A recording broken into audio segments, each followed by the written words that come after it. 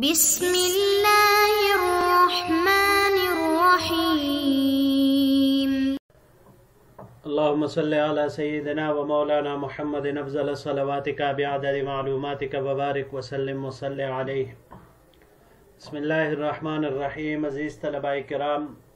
امید ہے کہ انشاءاللہ العزیز آپ سب خیر و عافیت کے ساتھ ہوں گے۔ الحمدللہ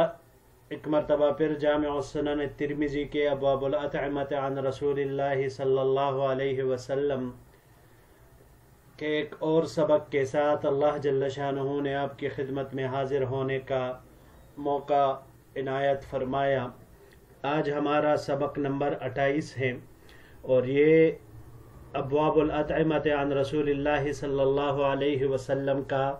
آخری سبق اور آخری باب ہے۔ تو بڑھتے ہیں اپنے سبق کی طرف۔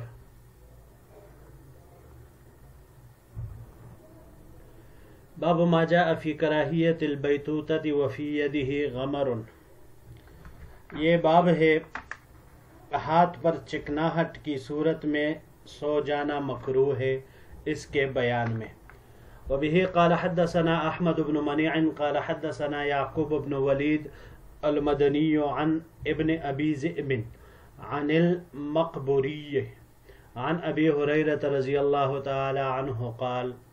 ہمیں روایت کی احمد بن منیع نے، انہوں نے روایت کی یعقوب بن الولید مدنی سے، انہوں نے ابن ابی ذئب سے، انہوں نے مقبوری سے، مقبوری نے حضرت ابو ہریرہ رضی اللہ تعالی عنہ سے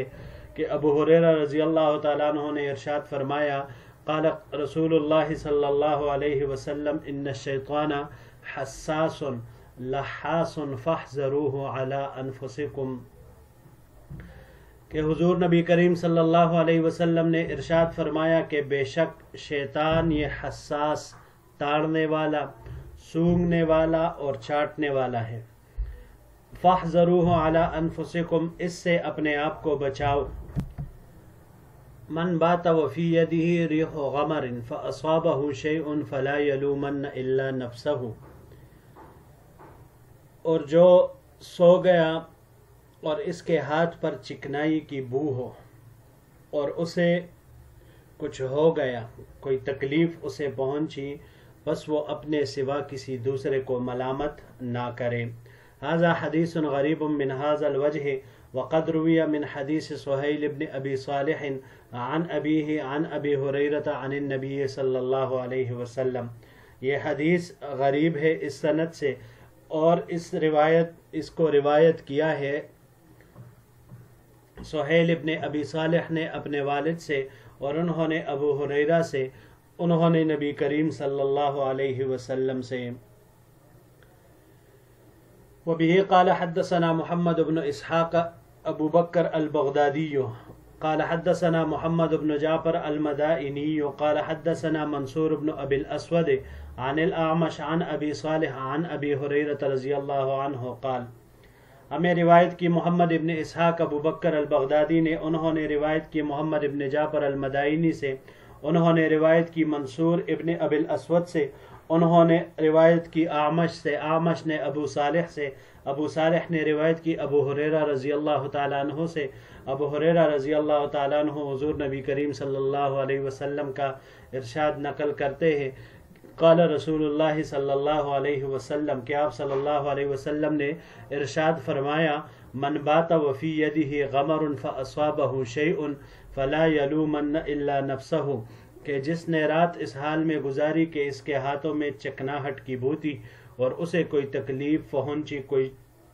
کچھ ہو گیا اسے، تو پس اپنے سوا کسی دوسرے کو ملامت نہ کرے۔ ھذا حدیث حسن غریب، یہ حدیث حسن غریب ہے، ہم نہیں جانتے من حدیث الاعمش الا من ھذا الوجہ، حدیث اعمش کو مگر صرف اور صرف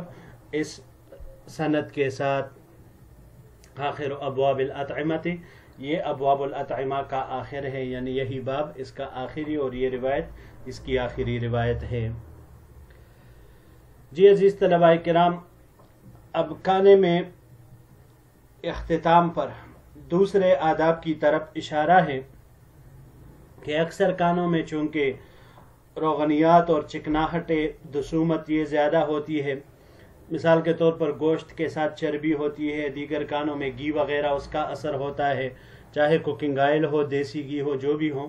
لیکن لازمی طور پر کھانے کے بعد انسان کی انگلیوں پر کچھ اثرات وہ لازمی رہتے ہیں، بندہ انگلیاں چاٹ بھی لے تب بھی وہ کچھ نہ کچھ ضرور رہتا ہے۔ تو اس وجہ سے آپ صلی اللہ علیہ وسلم نے کھانے کے بعد ہاتھ دھونے کو وہ مستحب اور کھانے کے لیے بابرکت قرار دیا ہے۔ تو اب اس کے ذریعے سے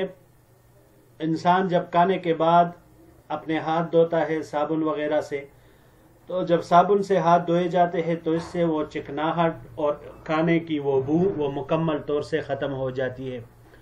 چاہے کوئی بندہ وہ چارپائی پہ سوئے یا زمین پہ سوئے، ہر ایک کے لیے یہ لازمی ہے کہ کھانے کے بعد وہ ہاتھ لازمی طور پر دھوئے، اور زمین والوں کے لیے تو خاص کر، کیونکہ زمین پر بہت سارے حشرات الارض،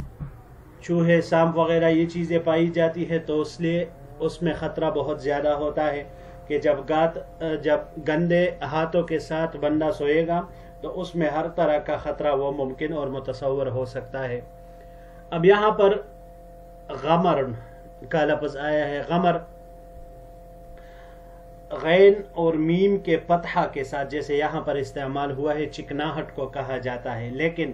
اگر میم کا سکون ہو، غین کے فتحہ اور میم کے سکون غمرن ہو، تو پھر یہ مائع کثیر کو کہا جاتا ہے، جیسے بہت بڑا سمندر، دریا، سیلاب، یہ جس میں انسان ڈوب سکے۔ اور اگر غین کے کسرہ اور میم کے سکون کے ساتھ ہو غمرن، تو پھر یہ جاہل کو کہا جاتا ہے، جیسے مقامات میں استعمال ہوا ہے ذی غمرن متجاہل۔ تو بہرحال یہ مختلف الفاظ یہ بن سکتے ہیں اس سے، غمرن، غمرن، غمرن، تینوں طرح کے اس سے بن سکتے ہیں۔ پھر روایت میں آپ صلی اللہ علیہ وسلم نے فرمایا ان الشیطان حساس لحاس، حساس ہے، اس کا حاسہ بہت مضبوط ہے۔ بعض جانور بھی ایسے ہوتے ہیں جو بہت ذکی الحس ہوتے ہیں، جیسے مثال کے طور پر آپ کوئی میٹھی چیز کسی جگہ پہ چھپائے تو چاہے وہ کتنی ہی چھپی ہوئی کیوں نہ ہو، چمنٹیا اس تک پہنچ ہی جاتی ہے، اسے تلاش کر لیتی ہے، اور وہ سارا اپنے لشکر کو خبر دے کر اس کو اٹھانا شروع کر دیتی ہے اور پھر اس کو نکالنا شروع کر دیتی ہے۔ تو یہ اس میں حس بہت تیز ہوتا ہے۔ اگر ہم اسی طرح بلی کو دیکھ لیں تو بلی کی آنکھوں کو اللہ تعالیٰ نے ایسی تیزی نصیب کی ہے کہ رات کے سخت سے سخت اندھیرے، بالکل گٹاٹوٹ اندھیرے میں بھی وہ ہر چیز کو صاف اور آسانی کے ساتھ دیکھ سکتی ہے۔ اب یہاں پر جو آیا شیطان کا حساس اور لحاس ہونا، تو یہاں پر شیطان سے حقیقی شیطان بھی مراد لے سکتے ہیں، وہ اس طور پر کہ حقیقی شیطان یہ اتنا خبیث ہے کہ وہ انسان کے رگ و ریشہ کے اندر ہی رہتا ہے۔ یہ اللہ تعالیٰ نے انسان کو ایک طرح سے امتحان میں مبتلا کیا ہے، تو اگر اس سے حقیقی شیطان مراد لیا جائے تو بھی صحیح ہے، اور اگر شیطان سے مراد یہاں پر یہ حشرات الارض لیے جائے کہ جو ایذا رسانی دیتے ہیں انسان کو، تو یہ حشرات جیسے چوہے، سانپ وغیرہ وہ بھی ایک طرح سے شیطان کے مشابہ ہیں۔ شیطان بھی انسان کو تکلیف اور ایذا رسانی میں وہ اپنی کوشش صرف کرتا ہے، اور یہ مخلوق بھی اسی طرح کرتے ہیں۔ بلکہ کبھی کبھی تو ایسے بھی ہو جاتا ہے کہ اس چکنائی کی وجہ سے چوہے اور بلی بعض اوقات وہ لوگوں کے ہاتھ بھی انہوں نے کاٹے ہوتے ہیں، کیونکہ وہ تو اپنے کام میں لگے ہوتے ہیں، انہیں محسوس ہوتا ہے کہ یہ کوئی کھانے کی چیز ہے تو وہ اپنے حساب سے اس میں لگتے ہیں۔ تو اس لیے حضور نبی کریم صلی اللہ علیہ وسلم نے فرمایا کہ کھانا کھانے کے بعد اپنے ہاتھ کو لازماً دھونا چاہیے، تاکہ رات میں ایسے کسی قسم کے واقعات سے انسان ہر طرح سے محفوظ وہ رہ سکے۔ لیکن اگر اس نے یہ احتیاطی تدابیر نہیں کی، کھانے کے بعد ہاتھ نہیں دھوئے، ایسے ہی چکناہٹ والے ہاتھوں کے ساتھ، اس کے بو کے ساتھ وہ سو گیا، تو پھر رات میں اگر اسے خدا نخواستہ کوئی تکلیف پہنچی، کوئی حادثہ پیش آیا، رات میں حشرات الارض نے یا شیطان نے اس کا ہاتھ وہ کسی طرح کا کاٹ لیا، اس کو نقصان دیا، تو پھر یہ اپنے آپ کے سوا کسی دوسرے کو ملامت نہ کرے، نہ چوہے پر الزام لگائے، نہ بلی کے اوپر الزام لگائے، نہ سانپ کے اوپر، نہ شیطان کے اوپر، نہ دوسرے کے اوپر، کیونکہ یہ موقع اس نے اس مخلوق کو فراہم کیا، تو لہٰذا خمیازہ بھی پھر اسی کو بھگتنا پڑے گا۔ اب آج کل ہم دیکھتے ہیں نا کہ کھانے کے بعد عموماً یہ ٹیشو پیپر وغیرہ ان چیزوں کا استعمال ہوا ہے، تو یہ بات یاد رکھ کے یہ جو ٹیشو پیپر کا رواج ہے، اس سے ہم انگلیاں صرف پونچھ سکتے ہیں، اس کو مکمل طور پر اس کو صاف نہیں کر سکتے، یعنی جو اثرات ہوتے ہیں وہ بظاہر ہماری آنکھوں سے ختم ہو جاتی ہیں، لیکن اگر ہم ٹیشو پیپر کے استعمال کے بعد پھر اپنے ہاتھوں کو سونگھ لے تو اس سے اسی کھانے کا وہ سمیل، وہ بو، وہ لازمی طور پر آئے گا۔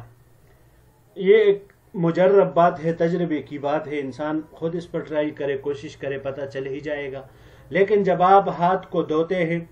چاہے آپ نے صابن کا استعمال کیا یا آپ نے مٹی کے ذریعے سے اپنے ہاتھوں کو دھویا، تو ان دونوں چیزوں کے استعمال کے بعد آپ کا ہاتھ مکمل طور پر وہ اثرات سے بھی صاف ہوتا ہے اور اس سے وہ بو بھی مکمل طور سے ختم ہو جاتی ہے۔ تو اس لیے ٹیشو پیپر کے استعمال کے بعد بھی ہاتھ صاف کرنا وہ صرف اور صرف صابن اور پانی کے ذریعے سے ہی ممکن ہے، لہذا چاہیے کہ کھانے کے بعد پانی کے ساتھ ہاتھ دھوئے جائے، صابن کا استعمال کر دے۔ تو یہی اسلام کی تعلیم ہے اور یہی کھانے کے آداب میں سے بھی شامل ہے کہ کھانے کے بعد جو ہاتھ دھوئے جاتے ہیں تو وہ اسی طرح ہی دھونے چاہیے، تاکہ مکمل طور سے ایک طرح سے وہ ہر ایک چیز کا ازالہ ہو جائے، کیونکہ وہ کہا جاتا ہے نا کہ افسوس سے احتیاط بہتر ہے۔ بعد میں بندہ جتنی بھی افسوس کرے، جتنا بھی اپنے اسپیل پر، اپنے وہ کاہلی اور سستی پر جتنی بھی خود کو ملامت کرے اور جتنا بھی پشیمانی اختیار کرے، پھر اس کا مداوع تو ممکن ہی نہیں ہوتا۔ جو تکلیف اسے پہنچنی تھی وہ تو پہنچ گئی، اب یہ ندامت اختیار کر کے یہ کیا کر لے گا؟ تو اس وجہ سے بہتر یہی ہے کہ بھائی بعد میں افسوس کرنے سے بہتر ہے کہ ابھی سے احتیاط وہ کی جائے۔ جی عزیز طلباء کرام، یہی تک ہمارا آج کا یہ سبق تھا، اور اللہ کے بہت ہی فضل کے ساتھ الحمدللہ ثم الحمدللہ ثم الحمدللہ ابواب الاطعمہ یہ اپنے اختتام کو پہنچا۔ انشاءاللہ العزیز اگلے درس میں ہم ابواب الاشربہ شروع کریں گے، تو زندگی رہی تو اگلے درس میں پھر آپ کے ساتھ ایک نئے باب، نئے عنوان، ایک نئے بحث کے ساتھ آپ کی خدمت میں حاضر ہوں گے۔ السلام علیکم ورحمۃ اللہ وبرکاتہ۔